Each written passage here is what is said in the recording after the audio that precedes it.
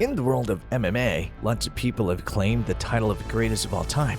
We got people like George St. Pierre, Anderson Silva, and Khabib to name a few iconic choices in the GOAT debate. But there was a time when there was one uncontested name as the greatest MMA fighter to ever live. Jonathan Dwight Jones, aka Jon Bones Jones, immediately jumped out as one of the greatest fighters to ever fight in the UFC. Jones immediately hit the ground running and quickly rose to the top of the UFC, and his claim to the throne would have been immaculate due to his dominance in the ring.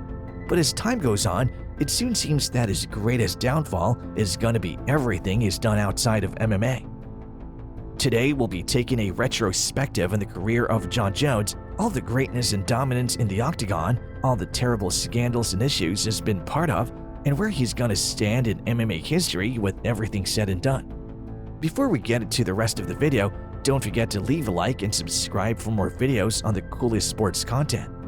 Jon Bones Jones burst into the scene MMA hot as a 21-year-old fighter, with his first fight being an absolute battle between him and Andre Guzmão back in UFC 87 on 2 weeks' notice as a replacement fighter. Immediately, Jon Jones showed off a level of unorthodox fighting we haven't seen from a fighter before. Jon Jones was throwing spinning back punches and kicks and doing insane damage, which netted him his first of many wins to come. The 6'4", 248-pound light heavyweight started his career off just winning and dominating every matchup that came his way. Jon Jones proved and battled, and he has netted him some real eye-catching accolades already. He's easily the best light heavyweight to ever fight in the UFC, becoming the youngest light heavyweight champion and gaining the title belt twice in his career. The first time he held the light heavyweight title, he held the title for over 3 years and dominated every single title defense. After vacating the belt, he pulled off a title run again and gained back his title in 2018. And once again, he held the title for 2 years. He has the awards and the titles, but this true claim to greatness can simply be seen through the eye test. He has the overall game that made him a problem for every single challenger to his reign as a champ at his peak. Actually, the first thing we need to establish is that this guy has somehow slayed in his prime for his entire career. He's pretty much the LeBron of the UFC in terms of never slowing down.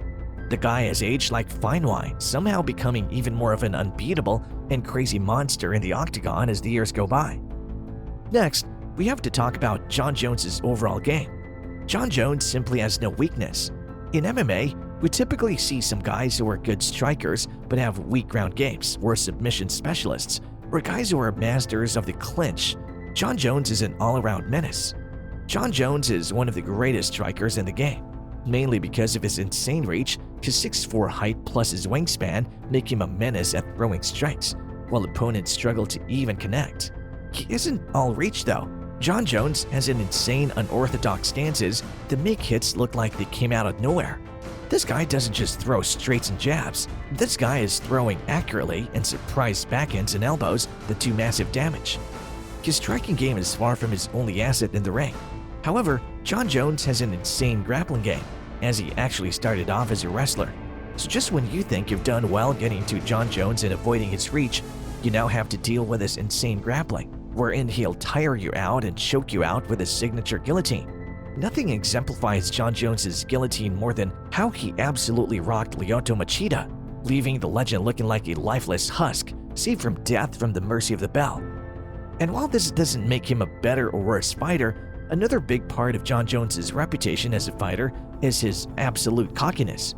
Jon Bones Jones knows he's the best, and he acts like it. He's proud and loud about how he's the best, and you can't help but agree when he talks his trash and then backs it up with ease. You hear all of this, and you might be starting to think, this guy is literally the best fighter of all time. Why do people question his claim as the best? Well, his legacy had been established, but his activities out of the ring caught up to him and tarnished his once untouchable reputation. We first have to bring up that Jon Jones has been in a lot of legal trouble. This legal trouble also actually ties into another big reason his legacy as the best was tarnished.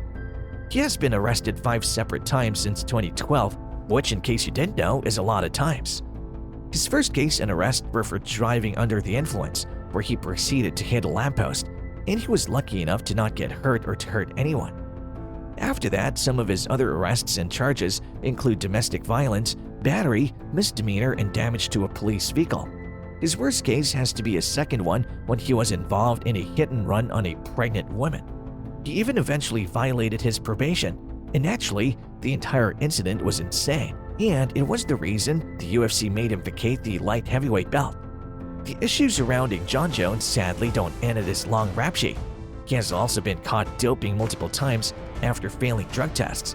He first failed a drug test at UFC 182, wherein he was found with cocaine in his system.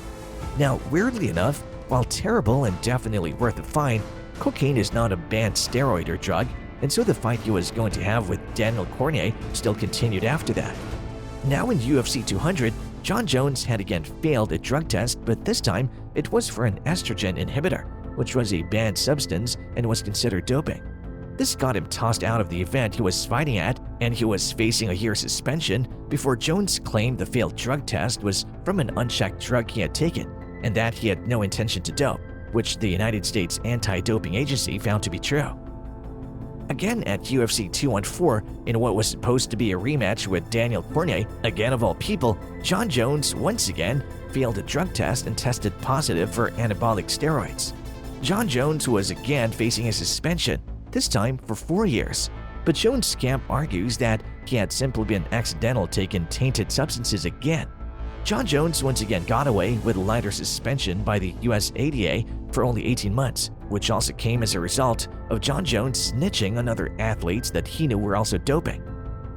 At UFC 232, Jon Jones actually had to fight in LA because it didn't have a license in Vegas anymore and had to take a testing program in Nevada.